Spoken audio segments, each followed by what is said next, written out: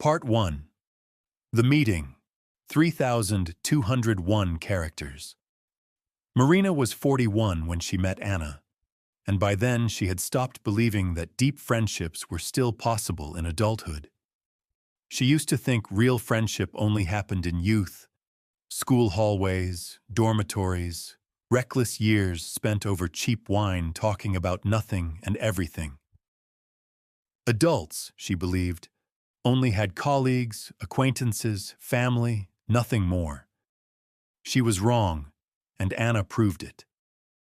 They met at a ceramics workshop on a rainy Tuesday, both signed up on a whim, both slightly embarrassed to be beginners at something so unhurried at their age.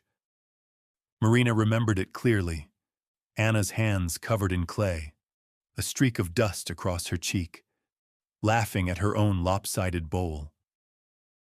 "It looks like it survived a war," Anna said, holding it up. Marina laughed so hard she nearly dropped her own piece, and something clicked between them instantly, the way it rarely does. They started walking to their cars together. Walking turned into coffee. Coffee turned into calls stretching past midnight. Within months, they talked almost every day. What struck Marina most was how seen she felt around Anna. She'd spent her adult life editing herself, softening opinions at work, hiding exhaustion from her husband, staying composed for her grown children. With Anna, she didn't have to edit anything.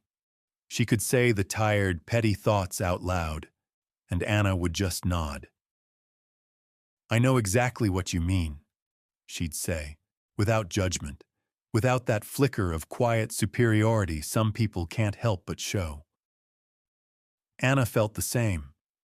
She'd gone through a difficult divorce 3 years earlier and confided things in Marina she said she'd never told anyone. Not her sister, not her therapist.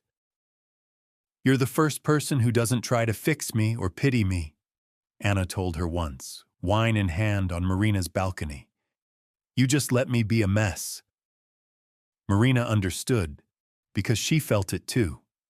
When she made mistakes, snapped at her husband, said something petty about a coworker. Anna never used it against her, never brought it up later, never made her feel small. "You're human," she'd say. "That doesn't make you a bad person." It was, Marina thought, the kind of friendship people write books about. Two women in their 40s, carrying the weight of failed expectations and aging parents, finding in each other what the world had stopped offering: unconditional acceptance.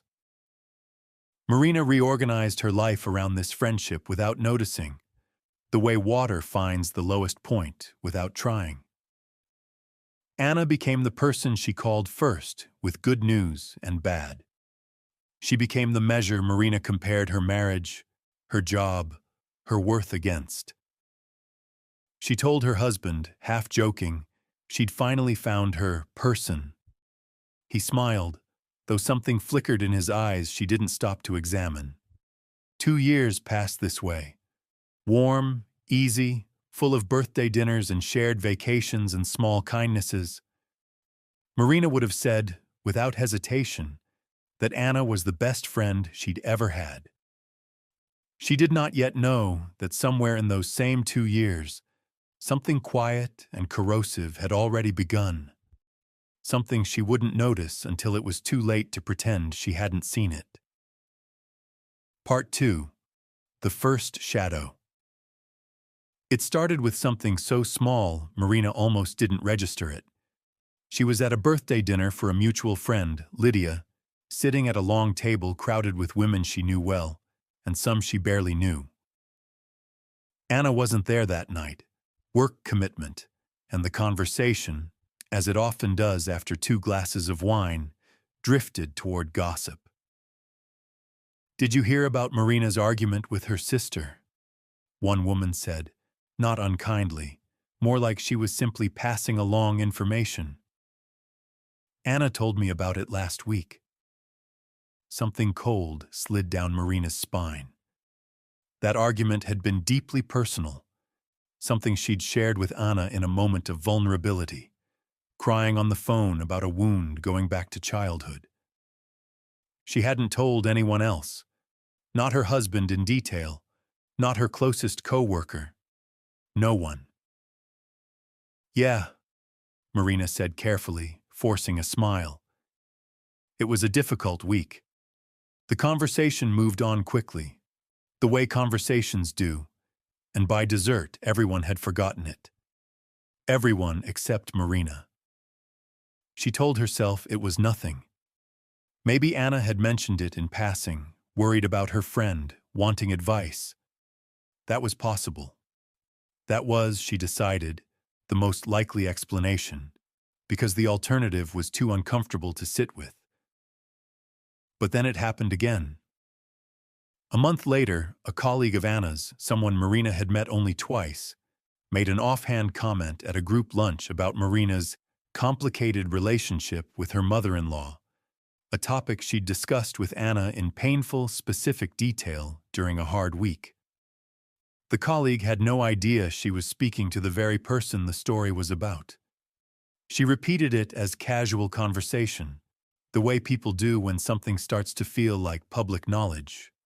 Marina excused herself to the bathroom and sat in a stall for several minutes, breathing carefully, talking herself down from the anger rising in her chest. "It's not that serious," she told herself. "People talk. It doesn't mean anything bad." She wanted desperately to believe this. She had built so much of her emotional life around this friendship. 2 years of shared secrets, of feeling truly known for the first time in a long time. That the idea of Anna betraying her, even in this small way, felt like a crack in something she needed to be solid. So she did what many people do when afraid of losing something precious. She rationalized. She reminded herself of everything Anna had given her: support during her father's illness, late-night calls when her marriage felt fragile, the birthday surprise Anna organized the year she turned 40. Surely someone capable of that kind of love wasn't capable of real betrayal. She did not confront Anna. Not yet. She told herself she was being paranoid, oversensitive, ungrateful even, for doubting a friendship that had given her so much. But something had shifted quietly, permanently, the way a hairline crack in glass doesn't stop it from holding, not yet, but changes forever what that glass is capable of. Marina began, without fully admitting it, to watch, to notice, to keep a small, unconscious ledger of moments that didn't add up, details other people knew that they shouldn't have known, comments made with just a little too much familiarity with her private life. The warmth of the friendship didn't disappear. Anna was still there, still calling, still generous with her time. But underneath that warmth, a second feeling had begun to grow, slow and persistent as ivy. The quiet, unwelcome suspicion that the person she trusted most completely might not deserve that trust after all. Part 3. The weight of knowing. By the time a full year had passed since that birthday dinner, Marina could no longer pretend she didn't know. The pattern had become undeniable. Small comments from mutual acquaintances, references to conversations she'd only ever had with Anna, a growing sense confirmed again and again in ways too specific to be coincidence, that details of her private life, her insecurities, her marital struggles, even her body image concerns, were circulating in a wider circle than she'd ever agreed to. The worst incident came at a dinner party, hosted by another friend, Yulia, in early spring. Marina arrived a few minutes late and walked into a conversation that stopped abruptly the moment she entered. The particular, uncomfortable silence of people who'd just been talking about the person who walked in. Yulia's smile was a beat too bright. Another woman avoided eye contact entirely. Later that night, Yulia, who'd had enough wine to loosen her tongue and enough conscience to feel guilty, pulled Marina aside in the kitchen. "I probably shouldn't say this," Yulia began, and Marina's stomach dropped, because that sentence is never followed by anything good. "But Anna's been talking about you. Not terrible things, but a lot. About your marriage, about how you handle stress, about—" She hesitated. "About how you can be difficult sometimes. Dramatic," she said. Marina stood very still, holding a wine glass she suddenly didn't want anymore. "How long?" she asked quietly. Yulia shrugged, uncomfortable. "I don't know. A while, I think. She doesn't say it meanly, exactly. It's more like she's always analyzing you, like you're a case study." Marina drove home in silence, her husband already asleep, the house dark and quiet around her. She sat in the car in the driveway for almost 20 minutes before going inside, running back through 2 years of memories, recoloring them with this new information. Every vulnerable conversation with Anna now felt different in retrospect. Not safe, but harvested. Every time she'd cried on the phone, confessed a fear, admitted a flaw, she now wondered whether she'd been handing Anna material, whether her trust had been mistaken for entertainment, something to talk about when Anna needed to fill a silence with someone else. She thought about confronting Anna immediately. She drafted, in her head, a dozen different speeches, angry, hurt, icy. But each time she imagined saying the words, a wave of doubt rose up and stopped her. What if Yulia had exaggerated? What if this was one bad moment blown up by wine and gossip? What if confronting Anna destroyed something that, despite everything, still meant more to her than almost any other relationship in her adult life? So again, she said nothing. She told herself she was choosing peace over conflict. But if she was honest, she knew the real reason. She was afraid. Afraid of losing Anna. Afraid of being alone again in the way she'd been before they met. When she edited herself constantly and had no one to be unguarded with. Something had begun to die inside her, slowly, the way trust does when chipped away, rather than shattered all at once. Each phone call with Anna now carried a small, cold undercurrent of calculation. Marina began, without meaning to, holding things back.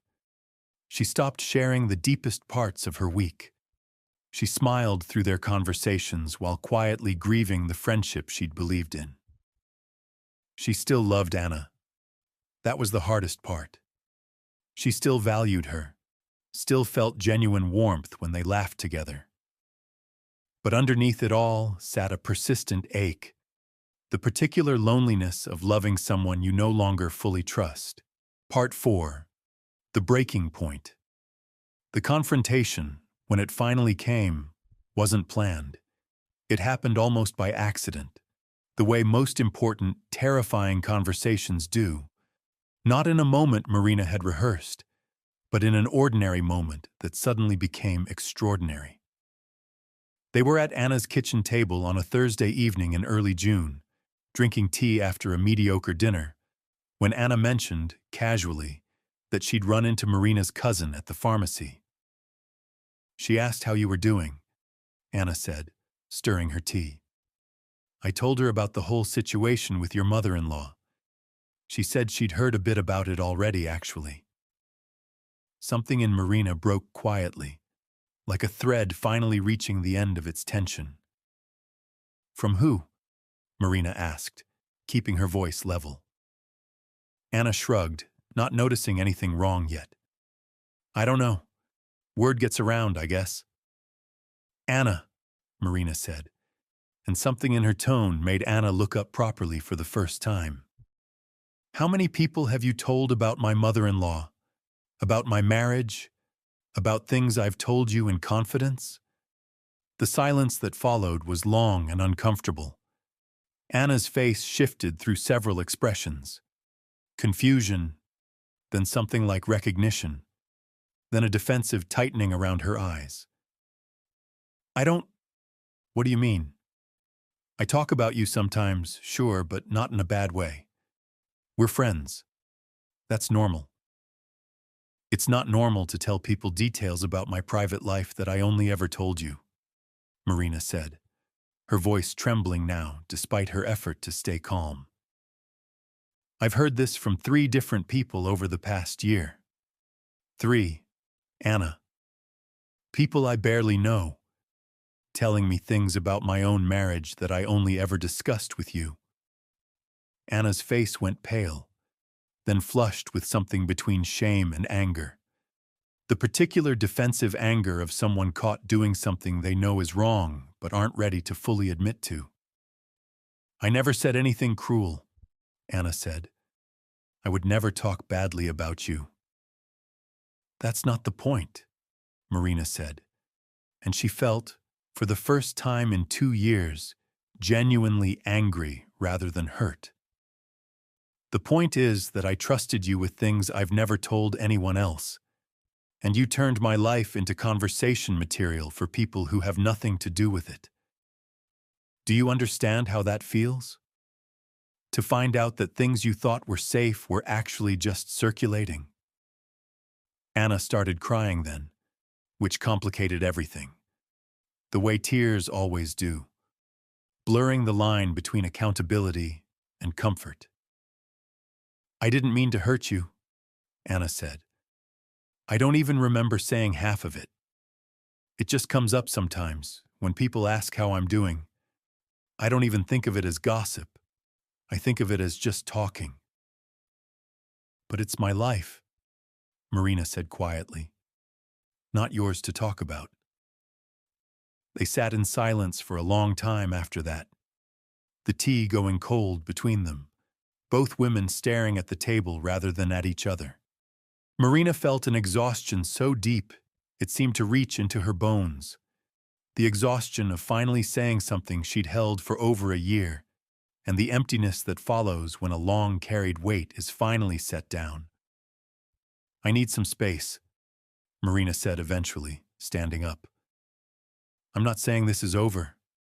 I just need time to think about what this means. Anna didn't argue. She just nodded, still crying, and said, I'm sorry. I really am. Marina drove home that night feeling both lighter and heavier than she had in months. Lighter because she'd finally spoken the truth out loud. Heavier because she didn't know whether the friendship she'd built her emotional life around for 2 years could survive what she'd just said. For the first time since they'd met, Marina let a week go by without calling Anna, then 2 weeks, then a month. Part 5. The silence. The distance between them stretched across the summer like something physical, a wall neither of them quite knew how to dismantle. Marina spent those weeks doing something she hadn't done in a long time, sitting with her own feelings without immediately trying to fix, minimize, or explain them away. She thought a great deal about trust, what it meant, what it cost, why she had given hers so completely and so quickly to a woman she had known, in the grand scheme of a life, for a relatively short time. She talked to her husband about it, finally, in full detail, and was surprised by his gentle response. I never said anything, he admitted, but I always thought you gave her a lot, very fast. I didn't want to be the guy who's suspicious of his wife's friends, but I noticed. She thought about her own patterns, not to blame herself, but to understand herself. She had always been a person who loved fully and immediately once she decided to trust someone, without the slow, careful vetting some people apply to new relationships. She had mistaken intensity for depth, closeness for safety. She began to understand, slowly, that trust was not simply a feeling to be given generously to whoever made her feel accepted. It had to be built, tested, and earned over time. The way you test a bridge before driving your whole life across it. She also allowed herself to remember the good, not to excuse what happened, but to hold the full truth rather than an angry, simplified version of it. Anna had shown up for her during her father's illness, sitting with her in hospital waiting rooms for hours. Anna had organized that surprise birthday dinner that made Marina cry with gratitude. Anna had never once, in 2 years, made her feel judged for her flaws, even as, apparently, she had discussed those same flaws with other people. Both things were true. That was the hardest, most adult realization Marina came to that summer. A person could be capable of real love and real betrayal at the same time. People are not simple. Friendship is not simple. The world does not sort neatly into loyal friends and disloyal ones. Most people exist somewhere in the uncomfortable middle, capable of generosity and carelessness in the very same relationship. Anna, for her part, sent a few tentative text messages over those weeks. I'm thinking about what you said. I talked to a therapist about my habit of oversharing. I miss you, but I understand if you need time. Marina didn't respond right away, not out of cruelty, but because she genuinely didn't know what to say yet.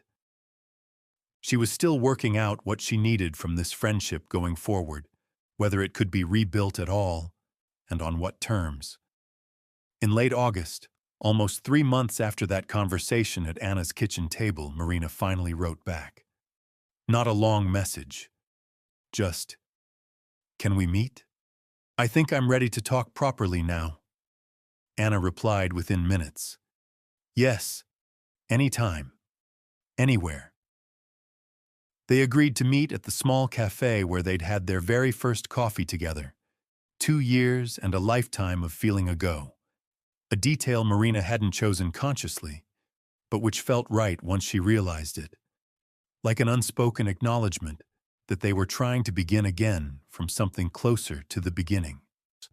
What remains? Anna was already at the cafe when Marina arrived, sitting at the same corner table, visibly nervous, her hands wrapped tightly around a coffee cup she wasn't drinking. "You came," Anna said, and there was real relief in her voice. "I said I would," Marina replied, sitting down across from her. For a moment, neither spoke. Then Anna took a breath. "I've thought about this all summer, about what you said, about why I do that, talk about people, share things that aren't mine to share. I think I do it because I'm scared of not being interesting, or not being needed. If I have information, people pay attention to me. It's not a good reason.